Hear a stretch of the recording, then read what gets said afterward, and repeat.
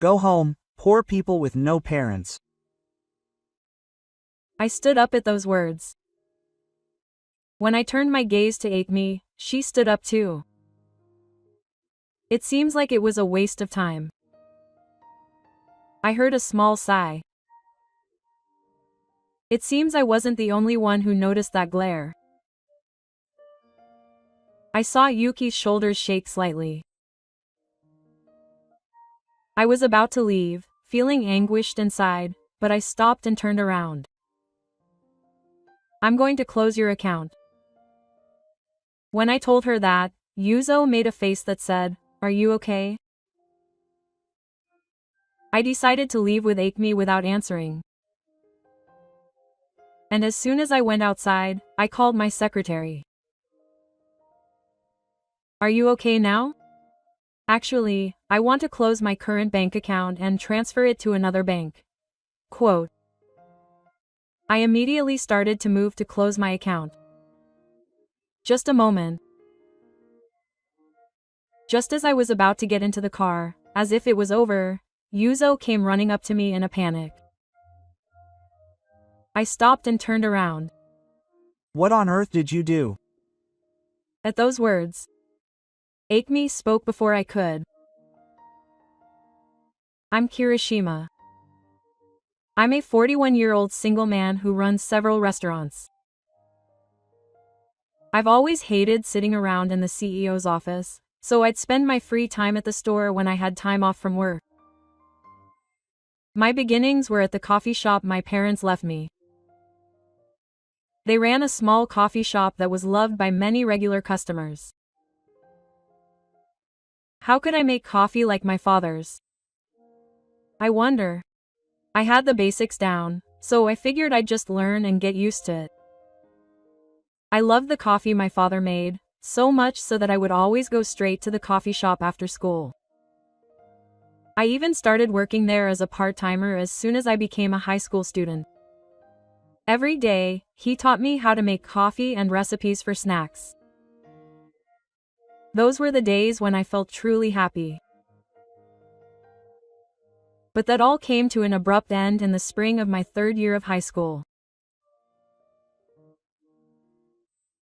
Why on earth would my father leave the store to me and the employees and go shopping for groceries? It was right after I got a call saying that the coffee beans I had been wanting for a long time had been replaced. The car my parents were riding in was rear-ended by a drunk driver, and the car lost control and crashed into a utility pole. My parents were never found after being crushed between a utility pole and a car that had rear-ended them, and my older brother, dad, and mom went far away. I was only 5 years old at the time. You couldn't understand my parents. However, I didn't know how to explain it, so all I could do was hug them. From that point on, my life changed drastically. My parents were both only children, and I had no relatives to rely on, so my grandparents, who had taken us in, had already become a tradition. I would protect Akemi. That's why I decided to give up on going to college and raise Akemi. Fortunately, everyone around me was there to help me. My grandfather, who took over the management of the coffee shop until I became an adult, and left the shop behind. The regular customers who taught me how to run the shop, the college students who taught me how to study in between their part-time jobs at the coffee shop, and the older women who looked after Akemi. With the help of those around me, I was able to live without losing my precious shop or Akemi. Takeshi, you have talent. So give it a try. After that, I was entrusted with the management of my uncle's stores, and before I knew it, I had become the manager of several restaurants. Thanks to that, Akemi was able to safely put herself through college, so I'm truly grateful. And I never forgot that gratitude and worked hard every day. Ohata, are you working at the store? Yes. So I'll make you some exceptional coffee. One day, I was standing at a coffee shop. I was preparing coffee while smiling at the regular customers who noticed me and started talking to me. Speaking of which, what about your sister? I've left one of the stores in Akemi's hands at the moment. She's been working at the store for a long time and seems to be running it smoothly, thanks to her solid management studies at university. When I told her that, she asked me if I had a boyfriend. It's true that my sister doesn't have a boyfriend, let alone a man. She has a kind and beautiful personality like her mother, so it's not like she wouldn't be able to get a boyfriend, but when I asked her before, she said that she just enjoys her job. That said, I want Akemi to be happy. Actually, I know a man who's the same age as your sister. Apparently he's a bank employee and an excellent student, but apparently his stubborn personality has caused him to not have a girlfriend. I'm pretty sure Akemi doesn't like noisy people and prefers quiet guys. So I contacted Akemi during my break. Well, since it was a good opportunity, she replied that she'd like to meet him, so I decided to accept the arranged marriage proposal. When I told the regular about it, he was happy. Maybe I should talk to him about it. But he immediately turned serious and started talking. Apparently his parents are a bit of a problematic person. His father is known for his banking scams and is stubborn. His mother also seems to enjoy looking down on people behind his father's back. You should have told me sooner. I should have refused when I heard that story. I started to hesitate. I guess my thoughts were showing on my face. Well, it's just a rumor, so don't worry about it. The regular said that with a laugh, but it's impossible to tell him not to worry about it. I guess I'll have him look into it. So I decided to ask a detective I know to look into it. And I contacted Akemi again about the rumor. I see. Well, I'll check what kind of people they are. So, we decided to proceed with the matchmaking. By the way, is it time for Akemi to think about marriage? I couldn't help but mutter this as I recalled the past. Maybe because our parents were gone, she was very attached to me when she was little. Akemi. There weren't many tourist attractions, so she grew up to be a caring and kind girl who wanted to help her brother with his work. I guess I'm getting old too. Thinking about that makes me feel warm inside. And I thought about how the years have flown by in the blink of an eye. Thank you for your hard work, Takeshi-san. Oh, Aoi-san, thank you for your hard work. When I dropped by the coffee shop again today, I was greeted by the manager of this shop, Makawa Aoi-san. I have great trust in Aoi-san, who has been working at this shop for a long time. Oh, now that you mention it, I heard about it. Akemi-chan, I heard you got an arranged marriage proposal. Aoi-san asked with a somewhat amused look on her face. I smiled and said yes. That's right. Akemi is finally getting married. I'm getting old too.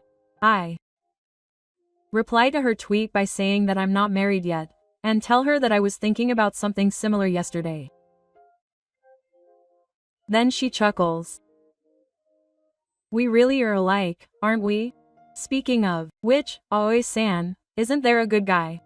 No, I'm not. My boyfriend is at this coffee shop. She's single like me and has no boyfriend.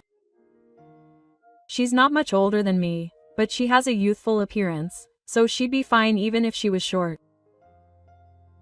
I wonder what kind of person Akemi-chan is dating. I'm curious, so please tell me more later. Aoi-san and Akemi are as close as sisters. They seem to have similar hobbies and sometimes go out together on holidays. But it seems that her parents might be troublesome people. I also mention the ghost rumors. Then she looks worried, as if she's thinking the same thing. Are you sure about that? For the time being, I've asked an acquaintance to investigate. You're quick to act, as expected. As we're talking, the door to the shop opens. As I greeted him, I turned my gaze to see a man in his 20s standing there. I thought he was a new customer, but he looked familiar, so I stared at him without being rude. Excuse me for suddenly interrupting. Have you been working at this store for a long time? Yes, well, I used to feed a child who was about elementary school age. I was puzzled by the suddenness of it all, but I nodded at his words. Our store has been doing something for a long time, and there are a lot of children coming and going. Then the man muttered, "I thought so," and bowed his head. I used to be indebted to him, and I stared at him intently at his words. Then I thought I had fed a child who looked like him about 10 years ago. Are you Yuki? Yes, that's right. Thank you for that time. Yuki smiled slightly and nodded at my question. Then he drank his coffee, but left immediately without saying anything in particular. I think I've seen that kid at the bank before. Then Aoi-san started saying something like that. He was a bank employee, and he was about the same age as Ake. The thought of my arranged marriage partner crossed my mind. The characteristics of him and Akemi's partner matched what I had heard. Could something be wrong? Oh, no, it's nothing. I shake my head. It's time to work now. Let's stop thinking about it. Now, let's get to work. I'm looking forward to seeing you work hard. Manager, please. Don't tease me. And we resumed work with smiles on our faces. A few days later, the day of the arranged marriage finally arrived. I never imagined that the venue would be here. It's probably a coincidence, but it somehow feels like fate. The venue is Ryote, a restaurant I know well, and I can't help but feel a little sad. Next to me, Akemi has a similar expression on her face. A short while after we were shown to the room, I apologize for keeping you waiting. The other party arrives. Yuki-kun is the first to enter. I think that's what he was thinking, and he gives me a little tease. Next to him, a man who looks like his father stares at me, which makes me feel a little uncomfortable. And so the arranged marriage begins. This is my father, Yuzo. He must be the stubborn father of the spirits, as he was introduced to me. He looks at me with a stern gaze. Excuse me, but you seem young to be a father. Then he suddenly says something like this. No, my name is Takeshi, my older brother. Thank you for your time today. I thought he would have greeted me properly without me having to ask, but I answered lightly, baiting him. My parents died in an accident when my younger sister was young. What, orphans? The statue let out a surprised voice at my words. I instinctively closed my mouth. There's no way my son would be a match for such a poor man. No, it's not like he's poor. Why would he deal with a poor man who has no parents? What do you think my family, which has been a bank clerk for generations, is? I try to deny it somehow, but he won't listen to me. I stare at him, thinking that this is why he's called a stubborn father. Stop it, Dad. Shut up. Yuki tries to stop him somehow, but he doesn't listen to what he says. When I turned my gaze to her mother, she didn't say anything and just looked down on us. I didn't want to leave Akemi with a family like this. Thinking this, I turned my gaze to Akemi, but she just stared at them. Just as I was about to ask her what was wrong, she finally said something that made my patience run out. Poor people without parents should go home. I stood up at those words. When I turned my gaze to Akemi, she stood up too. It seems like it was a waste of time. I heard her mutter that quietly. Apparently I wasn't the only one who picked up on that. I saw Yuki's shoulders slumping slightly. I was about to leave, feeling anguished inside, but I stopped and looked back. I'm going to close your account. When I told her that, she looked at me as if she was saying, "San." Without answering, I decided to leave with Akemi. As soon as I went outside, I called my secretary. Are you okay now? Actually, I want to close my current bank account and transfer it to another bank. I immediately started to close the account. When I finished talking with the secretary and turned around, Yuki was there.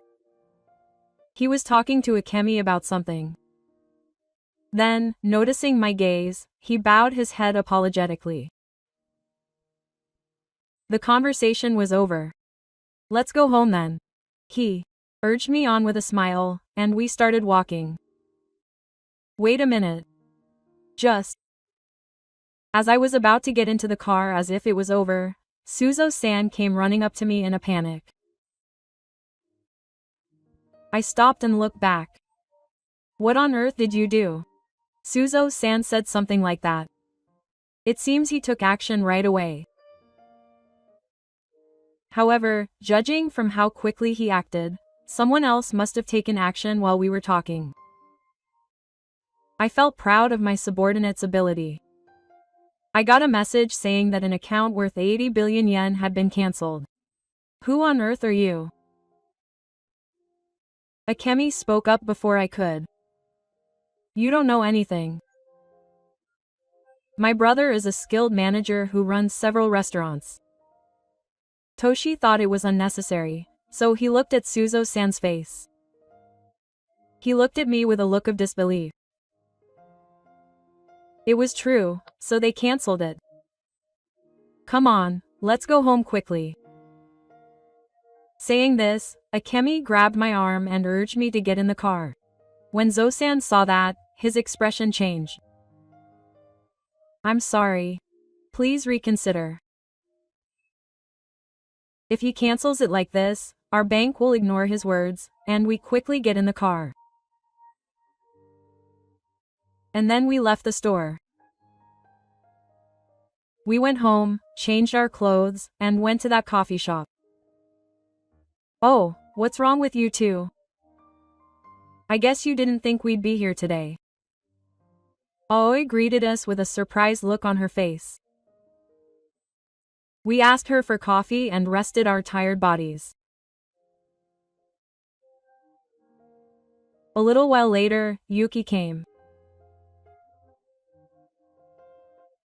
He walked up to us and apologized deeply, saying, "My father is sorry."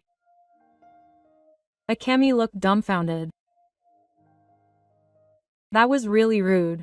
How long are you going to let your father do whatever he wants? Be a little more responsible. When Akemi said that, he apologized again. In fact, Akemi and Yuki went to the same elementary school. Yuki, who was in elementary school, was able to come to this restaurant because Akemi took his hand and brought him here. I'm sorry for causing you trouble, both when he was in elementary school and now. In fact, his parents remarried and he is not related to his mother by blood. Yuki has always been busy with work and never brought his family home. Yuki's real mother, who was kind to him, left him behind and left home. Even so, because he didn't pay attention to his family, Yuki couldn't even eat for the 6 of them, and Akemi brought him here hungry. He moved out right after that and didn't get to say thank you, and now he's caused you trouble. He apologized over and over again, and then told me what happened. Apparently, he got so angry with his father after that he declared he was going to cut ties with him. Good job. Akemi said this with a worried look on her face. He replied that it was fine. I'll be the kind of man you don't have this time. A few days later, I came to Ryote. I wanted to apologize for causing you trouble that day. I'm really sorry. I even had food prepared, so don't worry about it. That's when we were talking. Oh. Nanto-san appeared. Why is he here? He looks at me with a displeased expression, as if to say, why are you here? I heard him mutter, this is one of my stores, so when I replied, he made a sour face. Then he suddenly apologized and I couldn't help but widen my eyes. Seeing him looking so apologetic, he didn't seem as intimidating as he did that day.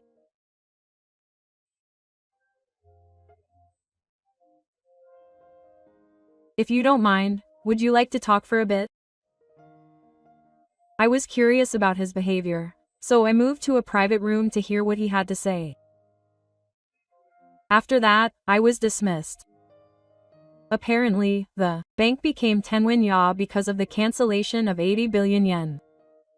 And he was fired as a way of taking responsibility for that. By the way, I know about that. One of the conditions for his dismissal was that I stopped canceling the course. No one was waiting for me when I got home after I was fired. Yuki-kun and his wife were not home either. Apparently, she had no interest in Yuki himself, only in marrying him. He had left a divorce application with a note saying that he had no use for Yuki, who had been dumped. It was only then that he was finally able to look back and see his own actions.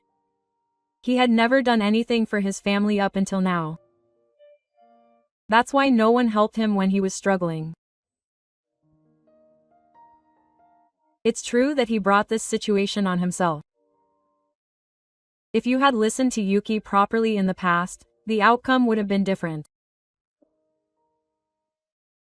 If you had listened carefully to Yuki's voice when he was still young and helped him, he would have been able to take action to help his father this time. The reason he became so rebellious in the first place was because his father, Yuki, had crushed Yuki's words with his own words. The idea that talking was pointless gradually made Yuki more rebellious. You still have time.